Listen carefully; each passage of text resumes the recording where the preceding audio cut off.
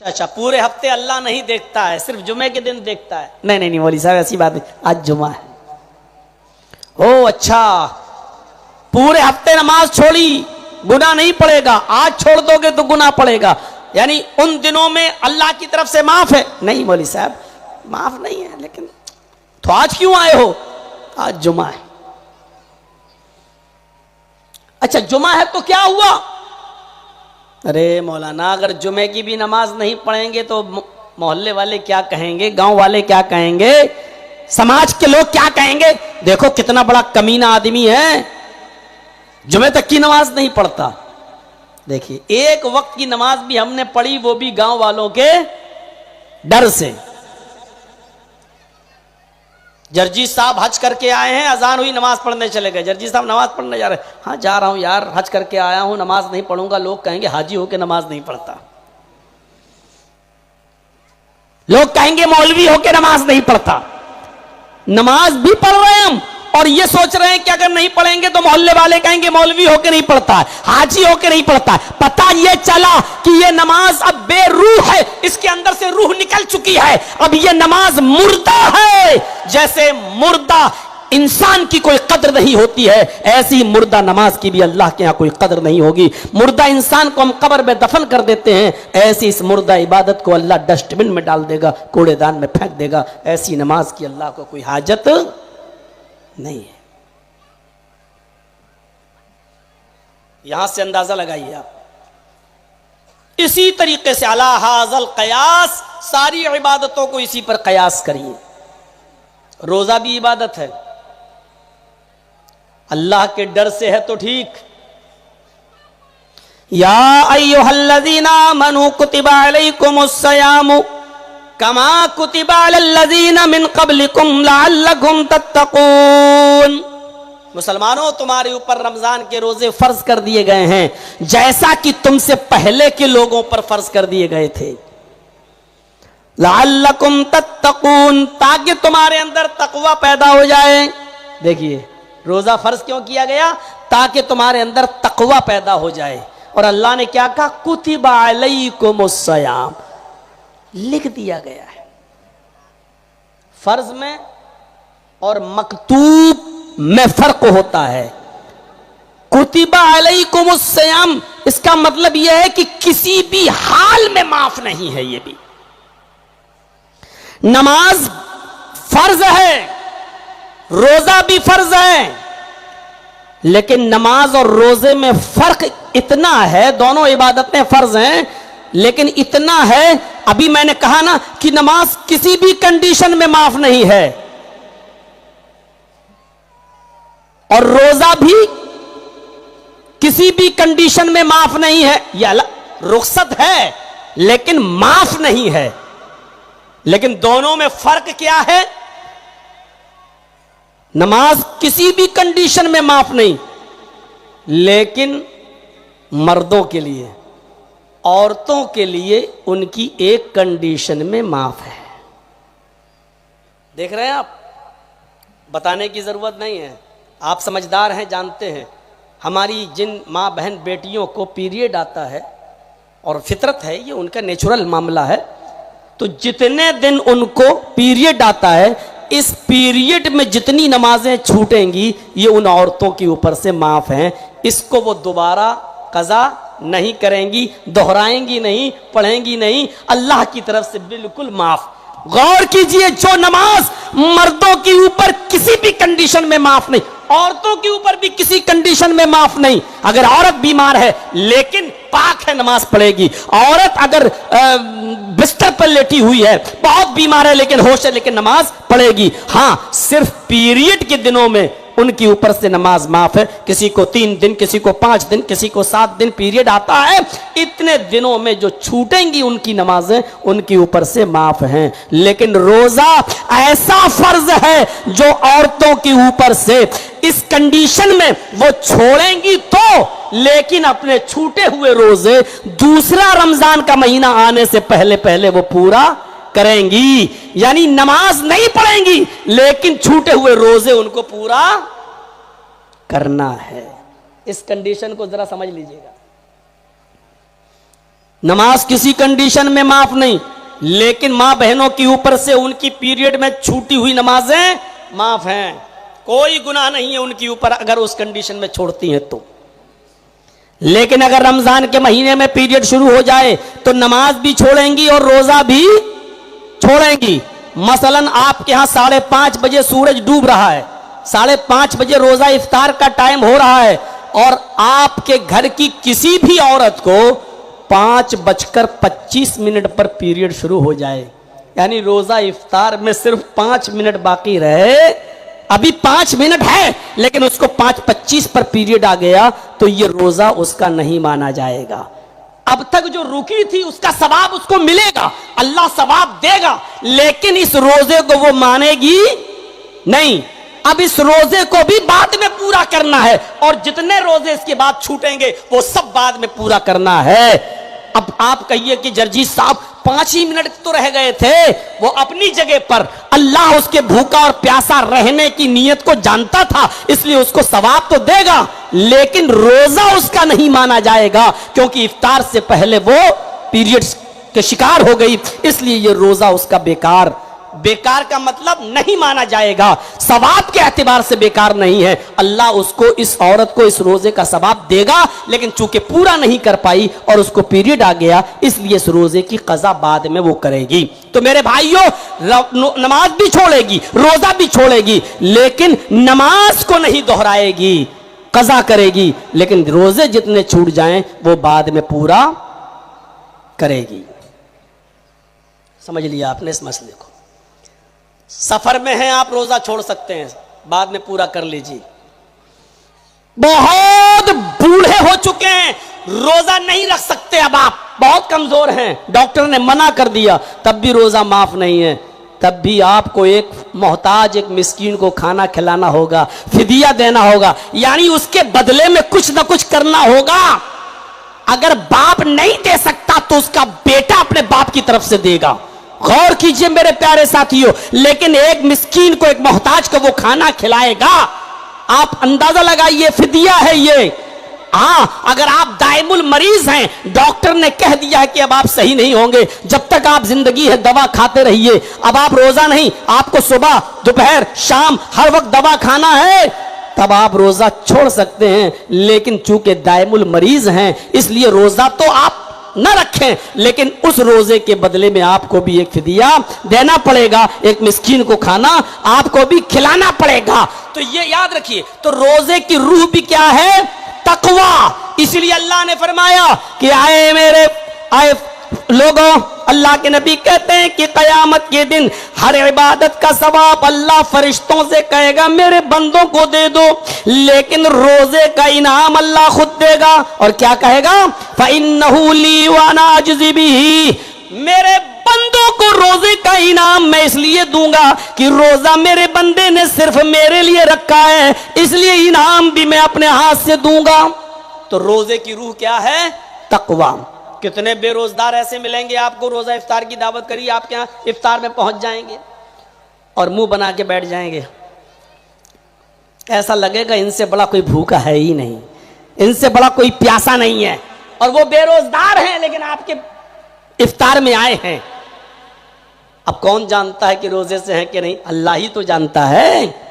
और कितने रोजेदार ऐसे हैं जो घर में अकेले हैं, ना दोस्त देख रहा, ना बीवी, ना बच्चे, ना माँ, ना बाप, कोई नहीं, बीवी मैके गई, बच्चे स्कूल गए, माँ बाप नीचे हैं, बेचारा अकेले में भी चाहे तो फ्रिज खोलकर कुछ ना कुछ खा सकता है, लेकिन इसलिए नहीं खा रहा है कोई देख रहा हो या ना, लेकिन अल्लाह तो देख रहा है। यही तकवा है, यही परहेजगारी है। अगर ये रोजे के अंदर से चली जाए तो रोजा भी डेड बॉडी की तरह है, फिर अल्लाह भी उस रोजे की कदर नहीं करेगा जब तक कि तकवा उस रोजे के अंदर मौजूद ना हो। अभी चलिए थोड़ा सा और आगे बढ़ाता हूं अपने बात को। रोजा हो गया, हज देख लीजिए, कितनी बड़ी इबादत है हज। कल मैंने बताया था, अगर इसलिए आप हज करने नहीं जा रहे हो कि मेरी बेटियां हैं, जब तक इनकी शादी नहीं कर देंगे हज नहीं करेंगे, और अगर आपको मौत आ गई तो आप हालत इस्लाम में नहीं बल्कि मजूसियत पर मरेंगे। अब सोच लीजिए हज कितनी बड़ी इबादत है, लेकिन इसका मकसद भी क्या है? तकवा। इसमें भी तकवा होना चाहिए। एक ही लिबास, एक ही कपड़ा, एक ही मैदान अराफात का।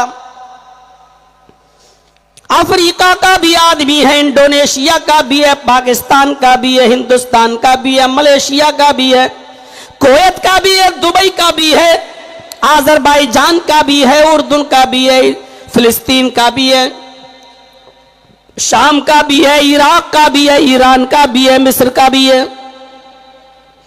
दुनिया के चप्पे चप्पे से इंसान आए हुए हैं, सबके पास एक ही कपड़ा है, रंग और नस्ल और जात और बिरादरी को, ऊंच नीच को भूले हुए हैं और एक आवाज में चीख रहे हैं, लब्बैक लब्बैक अल्लाहुम्मा लब्बैक ला शरीका लक लब्बैक।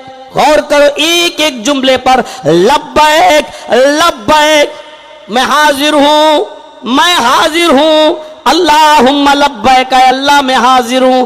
जैसे कोई मुजरिम कोर्ट में आकर अपने आप को सरेंडर करते हुए कह रहा हो कि मैं हाजिर हूं, मैंने सरेंडर कर दिया है, अब मुझे हल्की फुल्की सजा देकर एक जीने का मौका दिया जाए। कोर्ट उसको जेल भेज देता है और फिर वहां से निकाल कर कहता है कि इसको सुधरने का एक चांस दिया जाए। जैसे तुम कोर्ट के आदेश से भाग नहीं सकते हो, हुक्म हो गया है 10 तारीख तक इसको सरेंडर करना है, और अगर इसने 10 तक अपने आप को सरेंडर नहीं किया तो जहां दिखाई दे उसको गोली मारकर खत्म कर दो।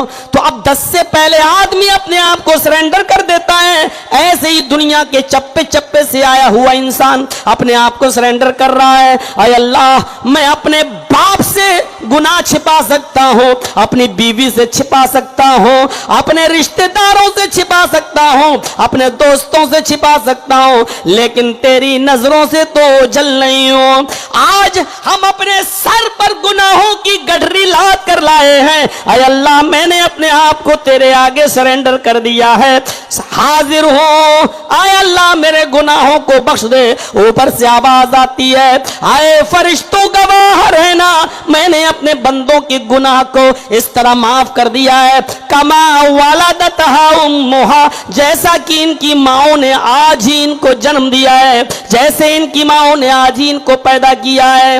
उधर भी तकवा, एक अल्लाह का डर, एक अल्लाह का खौफ, अगर ये निकल जाए, ये खौफ नहीं है। एक पागल और सर फिरा पैदल गया था हज करने, याद है ना, और नुमाइश करते हुए जा रहा है, सब लोग वीडियो बना रहे हैं उसकी, और अब एक पागल औरत कोई जा रही है, अब एक लड़की गई है, उसके दाएं बाएं बॉडीगार्ड मर्द है। ये कौन सा तकवा है और ये कौन सा हज है? एक फैशन बना लिया पैदल हज करके जाने का। अपनी जान को मशक्कत में डालकर कोई इबादत की जाए तो वो इबादत भी जायज नहीं है इस्लाम के अंदर। अल्लाह के नबी के जमाने में एक आदमी लेटता हुआ लुढ़कता हुआ कहीं जा रहा था, तो आपने कहा कहाँ जा रहा है ये? कहा खाने काबा का तवाफ करने। लेटता लुढ़कता हुआ? कहाँ? इसने मिन्नत मानी थी कि अगर मेरा ये काम पूरा हो जाए तो हम लेट कर पैदल लेटते हुए लुढ़कते हुए जाएंगे। अल्लाह के नबी ने कहा इससे कहो कि अपनी कसम तोड़े, अल्लाह को ऐसी इबादत पसंद नहीं जो अपनी जान को तकलीफ में डालकर की जाए। ये सारी नेमतें, हवाई जहाज, ये सब कुछ अल्लाह ही की तो देन है, इनसे फायदा उठाइए। दुनिया को पैदा ही किया है ताकि हम और आप इस दुनिया से फायदा उठाएं। ये अल्लाह की नेमतों का इनकार है कि अल्लाह ने जब समाधान दिया है तो इनको ठुकरा कर आप पैदल जा रहे हैं, नहीं। हां, सिर्फ पैदल चलकर कहां जाया जा सकता है उसकी हदीस की किताबों में तशरीह मौजूद है। आप अपने घर से मस्जिद तक पैदल जाइए नमाज पढ़ने के लिए, और घर से वुजू बनाकर जाइए। अल्लाह के नबी फरमाते हैं कि जितने कदम तुम्हारे पड़ेंगे अल्लाह हर एक कदम पर तुम्हें एक नेकी देगा, और एक गुनाह तुम्हारा माफ कर दिया जाएगा। एक कदम जो बढ़ाया, एक नेकी मिली और एक गुनाह माफ। दूसरा कदम दूसरे पैर से बढ़ाया, दूसरी नेकी मिली, दूसरा गुनाह खत्म। हजरत ज़ैद इब्न साबित के बारे में पढ़िए, बुखारी की रिवायत कि वो जब घर से मस्जिद में जाते थे तो अपने कदम छोटे छोटे रखते थे। ऐसे नॉर्मल इतना हुआ, छोटे छोटे कदम रखते थे। पूछा ऐसा क्यों करते हो? आप तो हम आम दिनों में नॉर्मल चाल देखते हैं, आप अच्छी खासी चाल है, लेकिन मस्जिद में जब जाते हो तो छोटे छोटे कदम रखते हो। उन्होंने कहा कि छोटे छोटे कदम इसलिए रखते हैं क्योंकि मस्जिद तक जाते हुए हमारे कदमों की तादाद, संख्या बढ़ जाए। जितने ज्यादा कदम होंगे उतनी ज्यादा नेकियां होंगी और उतने ज्यादा गुनाह माफ हो जाएंगे। ये है मस्जिद में। अब बगल में मस्जिद, मोटरसाइकिल और फर्र मस्जिद में जाके खड़ी कर दी।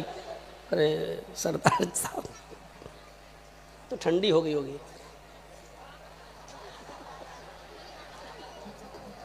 पहले बहुत गर्म, अब बहुत ठंडी। तो मेरे भाइयों, ये शरीयत कह रही है, शरीयत। तो हज में भी मसले सीखते जाइए, थोड़े थोड़े मसले में बताता जाता हूं। यार कागज दे दीजिए, दाढ़ी आड़ी पे गिर गई। इसको वीडियो से काट देना, नहीं तो पूरी दुनिया में वायरल हो जाएगी। इतना हिस्सा काट दीजिएगा। तो मेरे भाइयों सुन लीजिए, ये शरीयत है। तो बात आगे बढ़ जाएगी, फिर वहीं आ रहा हूं। हज के अंदर भी तकवा। अगर कोई आदमी नुमाइश करते हुए जा रहा है, तकवा नहीं, और इस नुमाइश में वो भी शामिल है। आपके यहां होता कि नहीं होता हमें नहीं मालूम। हाजी साहब हज करने जा रहे हैं, रिश्तेदार आ रहे हैं, फूल डाल रहे हैं, माला पहना रहे हैं, गुलाब के फूल लेके आ रहे हैं, उनको पहना। हाजी साहब दुआ करिएगा मेरे लिए भी। और घर से लेकर स्टेशन तक हाजी साहब फूल और माला और गले में डाल के जा रहे हैं, नुमाइश करते हुए। ये भी नुमाइश में शामिल है, ये भी रिया और नमूद में दाखिल है। हज उतनी बड़ी इबादत नहीं है जितनी बड़ी इबादत नमाज है। क्या कभी किसी नमाजी के गले में हार और फूल डाला आपने? तो फिर हाजी साहब के गले में क्यों डालोगे आप?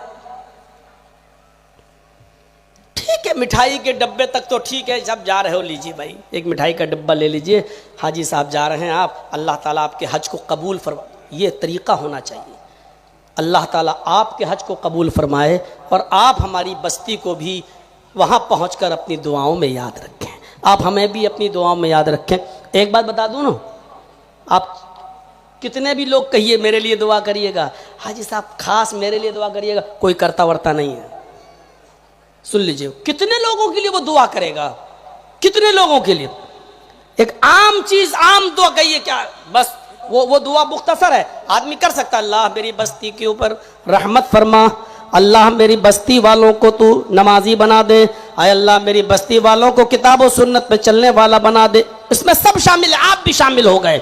आय अल्लाह हम तमाम मुसलमानों को रिज़्क़ हलाल की तौफीक अता फरमा, आय अल्लाह हम तमाम लोगों को हलाल रोजी खाने की तौफीक। ये आप दुआ, एक एक आदमी का तो आप नाम ही नहीं ले पाएंगे, नाम ही नहीं ले सकते हैं। इसलिए ये रिया और नबूद में शामिल है। दिखा रहे हैं, आप जा रहे हैं नुमाइश करते हुए, नहीं होना चाहिए ऐसा। मैं जब दिल्ली में पढ़ता था महद में, अब्दुल हमीद साहब रहमानी के मदरसे में, तो एक बार एक जलसे में कहीं अब्दुल हमीद साहब रहमानी थे, तो उनसे बातचीत हुई। तो उस वक्त मैं काफ़ी छोटा था, तो उन्होंने ऐसी बैठे बैठे तस्करा कर दिया कि अभी मैं कितने हज कर चुका हूँ मेरे घर वालों को भी नहीं पता है। मैंने कहा कुछ तो आपको अंदाजा होगा। उन्होंने कहा मुझे मालूम है, मैं 22 हज कर चुका हूं। और कब जाते थे, कब करके चले आते थे, पता ही नहीं चला। एक दो हज के बारे में मालूम है, लेकिन 22 हज कर चुके थे। 22 किसी को नहीं पता। तुम एक हज करने जाते हो तो ढिंडोरा पीटते हो, फूल और मालाएं पहनवाते हो, रिया और नमूद करते हो।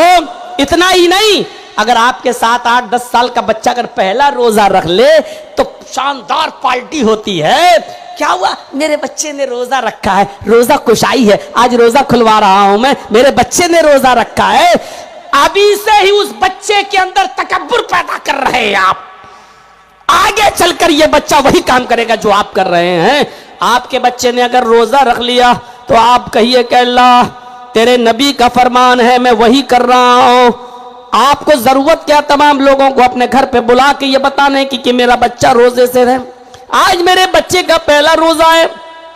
जरूरत क्या है इस बात की कि आपके बच्चे ने कुरान मुकम्मल कर लिया, नाजरा पढ़ लिया है। अब आप तमाम लोगों को बुलाएंगे आप और अपने घर पे बुला के खाना खिलाएंगे और ये बताएंगे कि मेरे बच्चे ने नाजरा मुकम्मल कर लिया, या खाना खिलाएंगे इसलिए कि आपके बच्चे ने हाफजा कर लिया है। सुन लो, इस्लाम के अंदर सिर्फ 2 किस्म के खानों की इजाजत है, तीसरे किसी खाने की इजाजत नहीं है, किसी चीज की दावत की इजाजत नहीं है। इस्लाम के अंदर शादी के बाद लड़के को परमिशन है कि वो वलीमा कर सकता है, लड़की वालों को वो भी नहीं। कल मैं बता चुका हूं, लड़के को सिर्फ इतनी इजाजत है कि वो शादी के बाद बीवी के घर पे आ जाने के बाद उससे 2-4 मीठे बोल बोलने के बाद वो जब चाहे तब वलीमा कर सकता है। और वलीमे में उसको इजाजत है कि वो 1000 को खिलाए चाहे 100 को खिलाए, वलीमे की इजाजत है। वो 2 दिन भी खिलाए, 4 दिन भी खिलाए, 7 दिन भी खिलाए, 10 दिन भी खिलाए, उसको इजाजत है। बहुत बड़े पैसे वाले बनते हो, लड़की वालों की आमद खाओ ना। बहुत ज्यादा दौलत वाले बनते हो ना, बहुत बड़े साहूकार हो, तो वलीमा खिलाओ ना, 4 दिन, 5 दिन, 6 दिन, 10 दिन है आप खिलाइए, कौन मना कर रहा है। लड़के वालों को परमिशन है कि वो वलीमा खिला सकते हैं लड़का। एक खाना ये, और दूसरा खाना अकीके का है। 7वें दिन अकीका होगा और उस दिन आप रिश्तेदारों को बुला सकते हैं, लेकिन आपके इस अकीके में गरीब लोगों का आना जरूरी है। सिर्फ आपने रिश्तेदारों को बुला लिया और अपने यार दोस्तों को बुला लिया और गरीब आपके यहां नहीं आए तो आपका अकीका नहीं माना जाएगा, क्योंकि अकीके के अंदर आपके दोस्त अहबाब भी आएंगे, रिश्तेदार भी आएंगे। हाँ, आपके इलाके में जो गरीब है, मिस्कीन है, उनको भी आप दावत देंगे और वो भी आपकी दावत में आएंगे। इन 2 खानों के अलावा तीसरे किसी खाने की इजाजत नहीं है इस्लाम में। हाजी साहब हज करके आए, खाना खिला रहे हैं, क्यों? इबादत